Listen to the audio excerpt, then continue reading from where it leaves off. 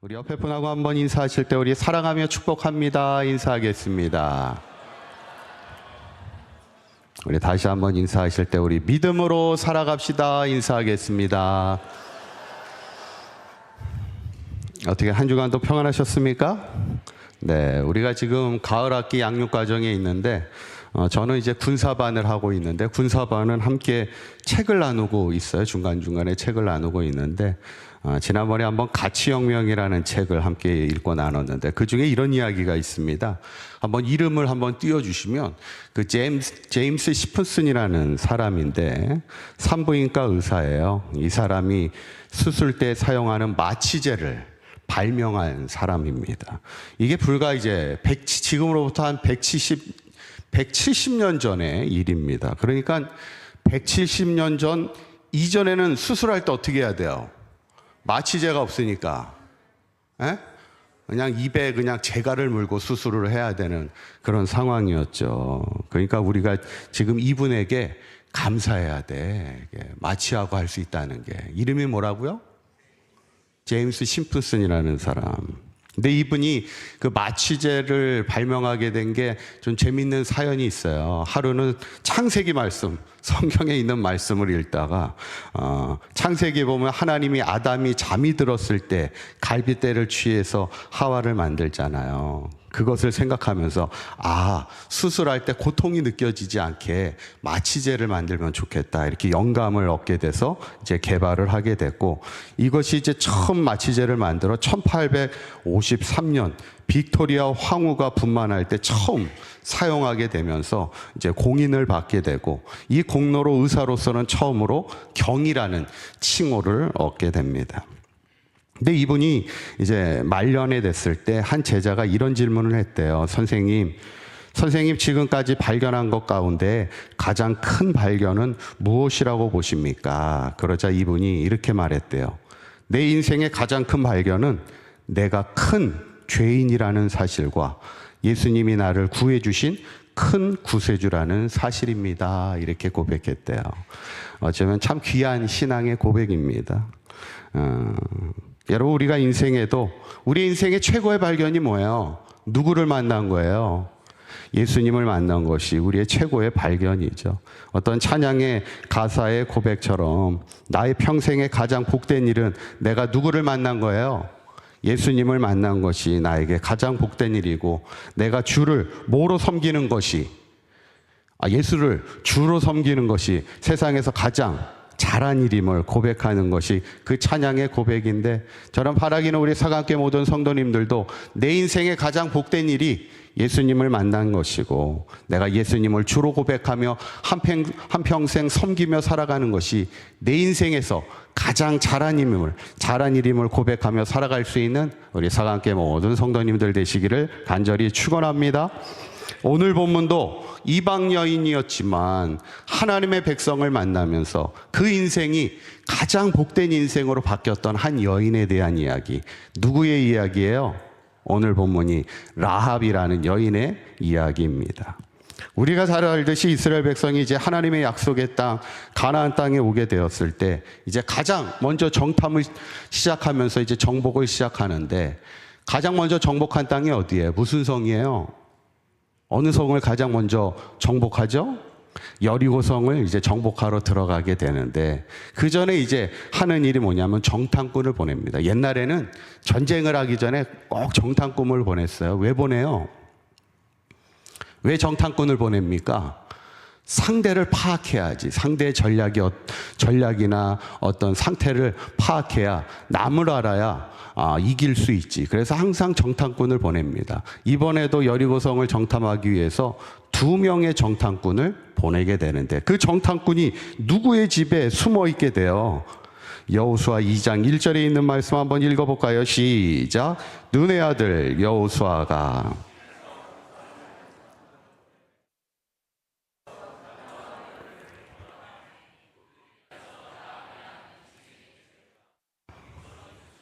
아멘. 누구라는 기생의 집이요?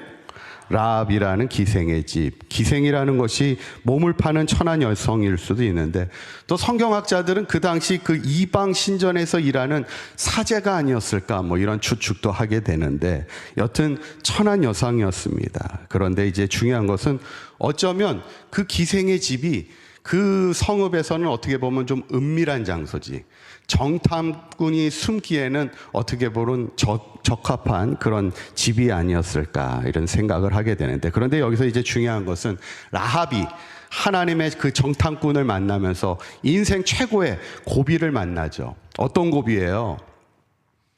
내가 이 사람을 숨겨줄지 말아야 될지, 내가 진짜 내 민족의 편에 서야 될지 아니면 하나님의 백성의 편에 서야 될지, 어떻게 보면 인생 최고의 결정의 순간을 맞이하게 되는데, 그녀는 결국 누구의 편에 서게 되는 거예요?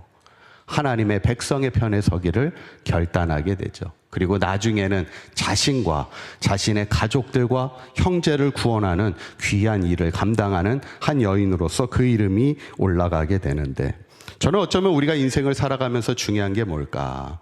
내가 정말 세상의 편에 설지 아니면 하나님의 편에 설지 결단의 시간에 정말 우리가 늘 하나님의 편에 서기를 결단하며 갈 수 있는 그런 아름다운 신앙이 돼야 되지 않을까. 저는 바라기는 우리 사강교회 모든 성도님들도 라합처럼 하나님을 만난 것이 내 인생에서 가장 잘한 일이고, 하나님의 편에 서기를 늘 결단하며 섬기는 일이 가장 잘한 일임을 날마다 고백하며 살아갈 수 있는 저와 여러분들의 삶이 되시기를 간절히 축원합니다.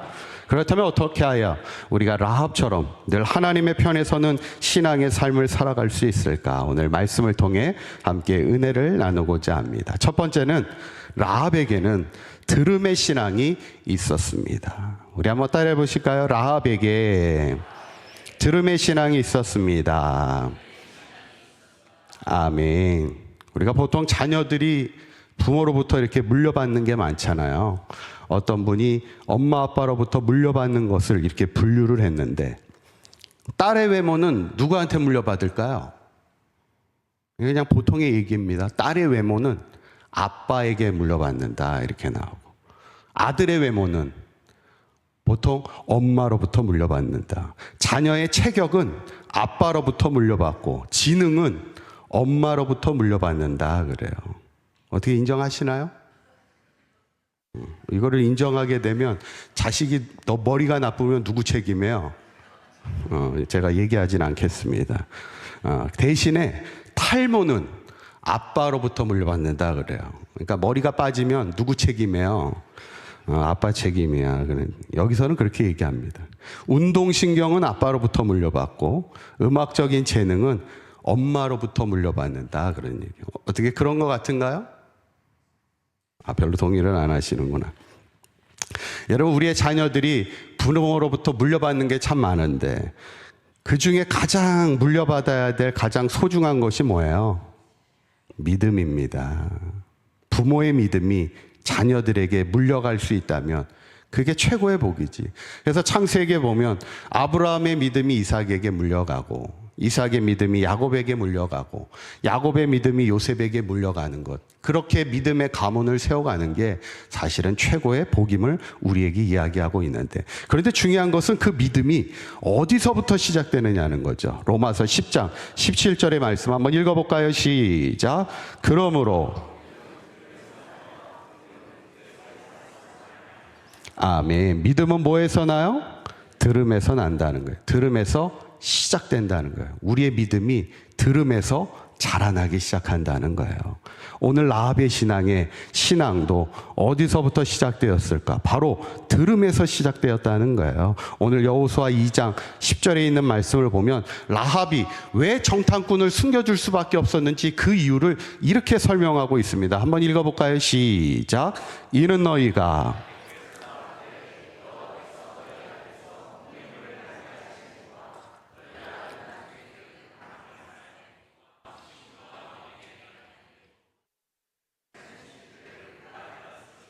아멘. 너희가 애굽에서 나올 때 여호와께서 너희에게 홍해물을 마르게 하신 일, 그리고 아모리 사람의 두 왕 시온과 옥에게 행한 일, 곧 그들을 진멸시킨 일을 우리가 뭐 하였다고요?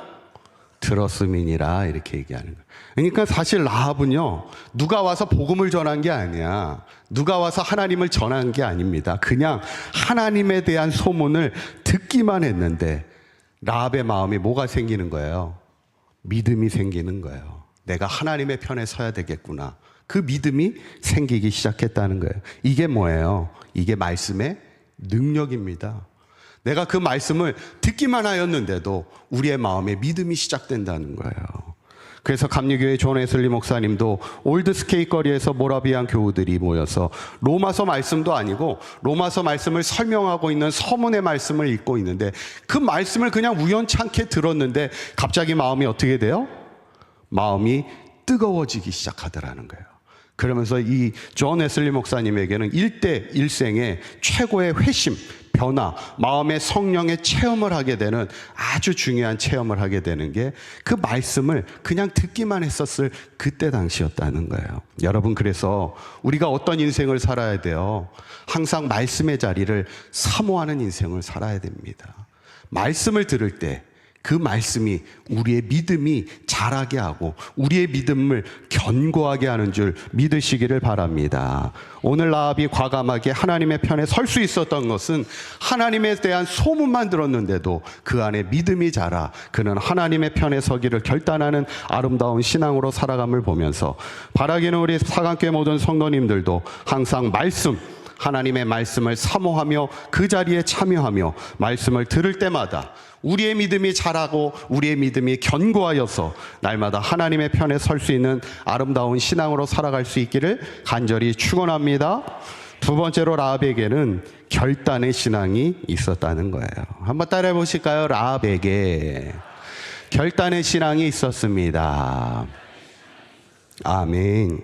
예전에 어떤 가정에 남편이 한국분이고 아내가 외국분이에요. 근데 이 아내분이 한국어를 이렇게 배우는데 요즘에는 이렇게 노래를 통해서도 이렇게 한국어를 배우는 친구들도 있고 외국분들 중에 이분은 이제 드라마를 보면서 한국어를 이렇게 배우는데 특별히 이 아내분이 뭘 좋아하냐면 사극을 좋아해. 드라마 중에 사극을 좋아하다 보니까 이렇게 한국말이 사극 톤이 나올 때가 있어. 그래서 하루는 아내가 남편한테 잘못을 했는데 보통 잘못하면 뭐라고 하면 돼요? 아, 미안해 여보 이렇게 얘기하면 되는데 갑자기 이 아내가 남편에게 미안해 여보 하면 되는데 미안하다는 말 대신에 죽여주시옵소서 이렇게 얘기를 하는 거예요. 미안하다는 말을 이게 하도 사극을 봐가지고 아내가 미안하다고 자기를 죽여주시옵소서 하면 어떨까요? 진짜 죽이지는 않을 거 아니에요, 그죠? 아마 이뻐가지고 용서해 주지 않을까 이런 생각이 듭니다. 여러분, 사실 우리가 인생을 살다 보면 잘못할 때 있어요, 없어요? 잘못할 때 있지. 그런데 정말 용기 있는 사람은 어떤 사람일까? 어떤 사람이에요? 자신의 잘못을 인정하고 내가 미안해, 내가 잘못했어 이렇게 얘기할 수 있는 게 오히려 그 사람이 용기 있는 사람이고 결단력 있는 사람이라 생각이 듭니다. 오늘 라합이 그 신앙이요, 정말 이스라엘 백성을 자신의 정탐꾼을 숨기며 하나님의 편에 설 수 있었던 것은 대단한 용기와 대단한 결단력이 있지 아니하면 그 불가능한 일이죠. 사실 오늘 라합이요 큰 위기를 만납니다. 왜냐하면 이 정탐꾼이 집에 들어가는 것을 어떤 사람이 봤어. 그래서 왕에게 가서 고했어. 라합의 집에 이스라엘 사람들이 들어갑니다. 이렇게 얘기를 합니다. 그러니까 어떻게 돼요? 왕의 신하들이 들이닥치지. 그리고 뭐라고 얘기해요? 그 사람을 당장 끌어내라고 이야기를 합니다. 그런데 그때 라합이 뭐라고 대답을 했을까? 4절에 있는 말씀 한번 읽어볼까요? 시작. 그 여인이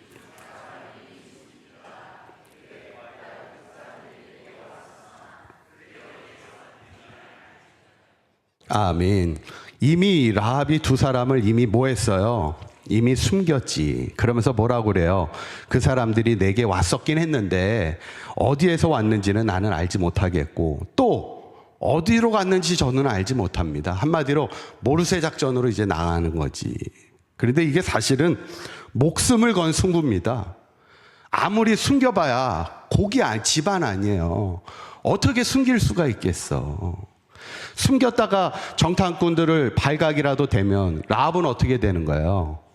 반역죄로 죽는 겁니다. 본인만 죽습니까? 가족들까지도 위험에 처해지게 되지. 반역은 엄한 벌입니다. 그런데 어쩌면 라합에게는 하나님의 백성의 편에 서기를 결단하는 용기가 있었다는 거예요. 어쩌면 우리가 이 땅을 살아가면서 신앙으로 살아갈 때도 우리가 한평생 예수님을 믿고 예수님을 따르기 위해서는 이런 용기가 있어야 된다는 거예요. 이런 과감한 결단의 신앙이 있어야 된다는 거예요. 마치 베드로와 요한이 복음을 전하다가 어디에 끌려가냐면 공회에 끌려갑니다. 공회는 뭐냐면 재판장이에요. 잘못하면 사형이 언도되면 죽을 수도 있는 게 공회입니다. 그런데 그 공회에서 뭐라고 얘기를 하냐면 다시는 예수의 이름으로 말하지도 말고 가르치지도 마. 너 전도하면 그 다음에는 가만히 있지 않을 거야. 이렇게 지금 공회가 이야기하고 있는 거예요. 그때 베드로와 요한이 뭐라고 대답합니까? 사도행전 4장 19절에 있는 말씀 한번 읽어볼까요? 시작. 베드로와 요한이 대답하여 이르되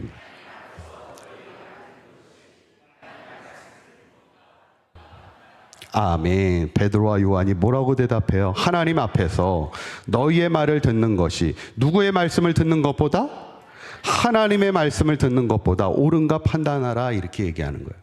사실 이 공회는 유대인들입니다. 유대인들도 누구를 믿고 있어요? 하나님을 믿는 자들이잖아요. 그러니까 지금 베드로와 요한이 뭐라고 얘기하냐면 너희들이 생각해봐.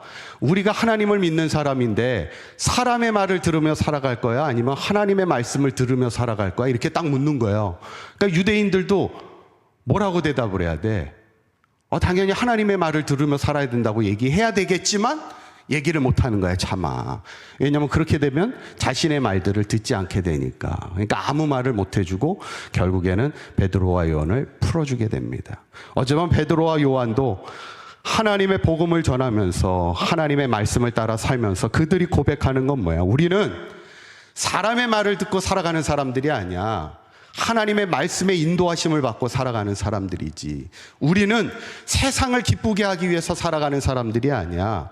하나님을 기쁘시게 하기 위해 살아가는 하나님의 자녀들이지. 이 믿음의 고백을 하고 있는 겁니다. 어쩌면 이 고백을 하며 살아가기 위해서는 우리에게는 용기가 있어야 되고 결단이 있어야 돼. 왜? 지금 이 시대도 얼마나 유혹이 많은 시대를 살아갑니까? 세상의 편에 서기 쉬운 것들이 얼마나 많은 세상을 살아가고 있어요. 우리가 세상의 것을 끊어내기 위해서는 이런 결단과 용기가 있어야 되고, 우리가 하나님의 편에 서서 정말 말씀의 사람으로, 예배의 사람으로, 기도의 사람으로 살아가기 위해서는 결단함이 없이는 살아갈 수 없다는 거예요.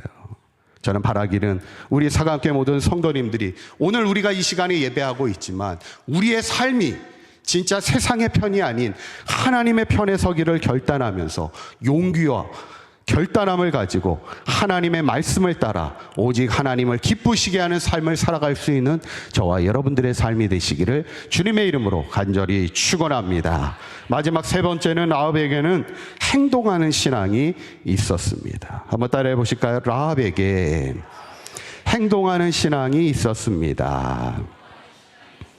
아멘. 얼마 전에 제가 이렇게 간증을 보는데 예전에 유명한 가수였어요. 유열 씨라는 분이 있어요. 혹시 아시나요? 유열 씨라고 제가 찾아보니까 벌써 1986년도, 지금으로부터 몇 년 지났어요? 벌써 40년 전에 대학가요제에서 대상을 받았던 분, 그 유열이라는 가수가 있는데, 그 이후로도 이제 가수로서 제작자로서 이제 활동을 지금까지 하고 있는데, 어느 날 이제 아파가지고 병원을 갔어. 그랬더니 뭐라고 진단을 받았냐면 폐섬유증이라는 진단을 받았어요. 들어보셨나요? 저도 잘 들어보지 못했던 것 같아요.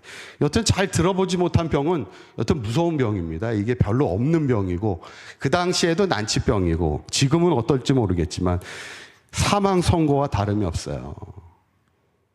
나중에는 이제 이 암이 전이가 되면서 체중이 막 40kg 이상 살이 빠지기 시작하고, 이게 살이 빠지니까 체력이 완전히 바닥이 나서 이게 회복이 거의 불가능하다 여겼던 그런 때가 있었는데, 그때 이제 우리가 뭐 하기 시작하는 거예요? 기도하기 시작하는 거지. 가족이 기도하고 친구들이 기도하고 교회 성도들이 함께 이분을 위해서 기도하기 시작하는데 놀라운 건 정말 기도의 기적이 나타나는지 8년 만에 이분이 회복하기 시작하는 거예요. 그러면서 이제 그분이 이제 간증을 이제 하면 나와서 이제 원래는 예수를 믿지 않았던 분 같은데 이분이 나와서 이제 간증을 하면서 자기가 이렇게 하나님의 은혜로 회복할 수 있었음을 고백하면서 또 그 간증의 자리에서 찬송을 부르는데 자기가 병상에서 가장 많이 불렀던 찬송이라는 거예요. 그 찬양의 고백이 뭐냐면 나는 아무것도 아니었습니다. 모든 건 하나님이 하셨습니다. 이 찬양을 막 고백하는 거예요. 한번 유튜브로 찾아보시면 아마 이분이 직접 본인이 찬송하는 그 간증의 찬송을 들으면 더 은혜가 되리라 생각을 해요. 저는 그분을 이렇게 보면서 어떻게 보면 그분의 인생은 세상의 노래를 하는 가수였잖아. 그런데 지금은 뭐예요? 하나님을 찬송하는 찬양의 사역자가 되는 것을 보면 참 그런 삶이 귀한 삶이 아닌가 생각을 해봅니다. 여러분, 우리가 세상의 편에 서는 인생이 되기보다는 하나님의 편에 서서 살아가는 인생이 가장 복된 일이고 가장 귀한 삶임을 믿으시기를 바랍니다. 그렇다면 이제 우리가 어떻게 해야 돼요? 하나님의 편에 서기로 결단했다면 하나님의 편에 서서 적극적으로 행동하는 신앙의 삶을 살아가야지. 오늘 라합이 보여준 것은요, 오늘 행동하는 신앙을 보여줬다는 거예요. 적극적으로 행동합니다. 여호수아 2장 15절에 있는 말씀 한번 읽어볼까요? 시작. 라합이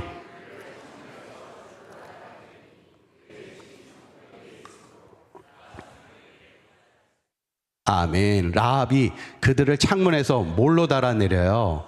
줄로 달아내렸다는 거예요. 그의 집이 어디 위에 있어요? 성벽 위에 있었다는 거예요.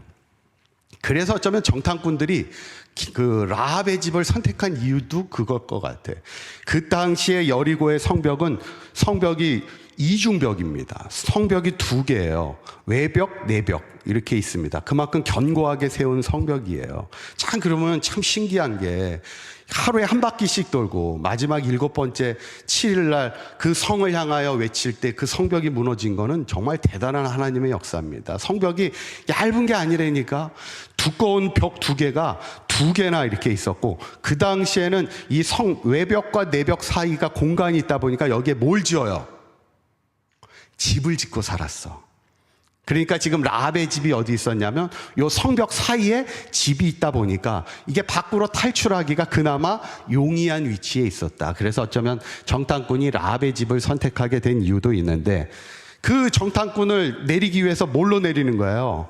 줄로 내리게 됐다는 거예요. 그러니까 라합이라는 여인이요, 기생의 한 여인이었지만 숨겨줄 때도 확실하게 숨겨주는 거예요. 그리고 구출할 때도 그냥 겨우겨우 구출해주고 당신이 알아서 도망가십시오 이렇게 말하는 게 아니야. 자기가 적극적으로 그들을 내려서 그들을 구출시킵니다. 왜 그럴까요? 내가 하나님의 편에 서기를 결단했다면 확실하게 행동해야지. 내가 정말 하나님의 편에 선 사람으로 행동해야지. 우리의 신앙도 마찬가지라는 거예요. 내가 정말 하나님의 사람으로 살아가기를 결단했다면 내가 이제 하나님의 사람으로 확실하게 행하며 살아야지. 뜨뜻미지근한 신앙으로 살아가면 돼야 안 돼요? 아무도 대답을 안 하시는데. 뜨뜻미지근한 신앙으로 살아가면 돼야 안 돼요? 안 되지. 내가 한평생 하나님의 편에 서기를 결단했다면 확실하게 하나님의 편으로 살아야 되고, 지난 금요 시간에도 말씀을 드렸지만 우리 그리스도인의 삶 속에서 그리스도의 향기가 나는 인생을 살아야지. 교회는 다니고 신앙생활을 하는데 여전히 세상 사람들과 같은 삶을 살아가면 안 되잖아. 우리가 이제 하나님의 편에 서서 확실한 믿음의 삶을 살아가기 위해 살아야지. 기도의 자리를 사모하고, 말씀의 자리를 사모하고, 예배의 자리를 사모하고, 영혼을 구원하는 전도의 사명을 감당하며 내 삶에서 우리의 가정과 이웃을 구원하며 내 삶을 통하여 그리스도의 향기 나는 삶을 살아가기 위해 우리가 열정을 가지고 적극적으로 행하는 이 시대의 믿음의 사람으로 살아야 되지 않겠습니까? 여러분, 믿음은 들음에서 시작되지만 그 믿음은 행함을 통하여 확증되는 겁니다. 저는 바라기는 우리 사강교회 모든 성도님들이 이 시대 믿음의 사람이 되어서 날마다 하나님의 말씀을 통하여 우리의 믿음이 자랄 뿐만 아니라 우리의 확실한 믿음의 행함의 신앙을 통하여 우리의 신앙을 확증하며 살아갈 수 있는 저와 여러분들의 신앙의 삶이 되시기를 주님의 이름으로 간절히 축원합니다. 이제 말씀을 정리합니다. 오늘 라합에게는 세 가지 신앙이 있었죠. 기억나시죠? 첫 번째 신앙은 어떤 신앙이에요? 들음의 신앙이에요. 들음을 통하여 그 신앙이 자랐다는 거예요. 두 번째 신앙은 어떤 신앙이에요? 결단. 내가 하나님의 편에 서기를 결단해야지. 세상의 편이 아닌 하나님의 편에 서야지. 마지막 세 번째 신앙은 어떤 신앙이에요? 행동하는 행함의 신앙입니다.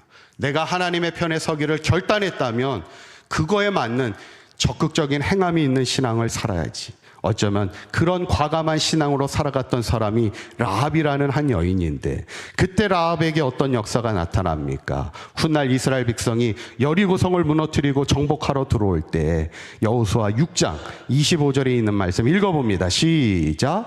여호수아가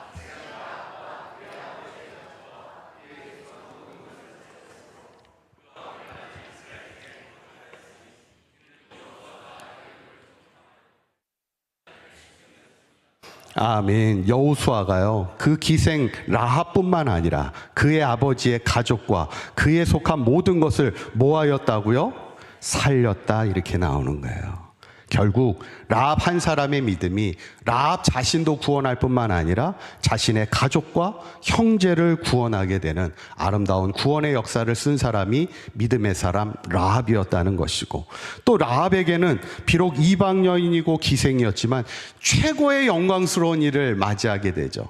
신약 성경에 보면 라합이 누구의 족보에 그 이름을 올리게 돼요? 예수 그리스도의 족보에 라합이라는 이름이 당당하게 올라가는 그 영광을 올리게 됨을 보게 됩니다.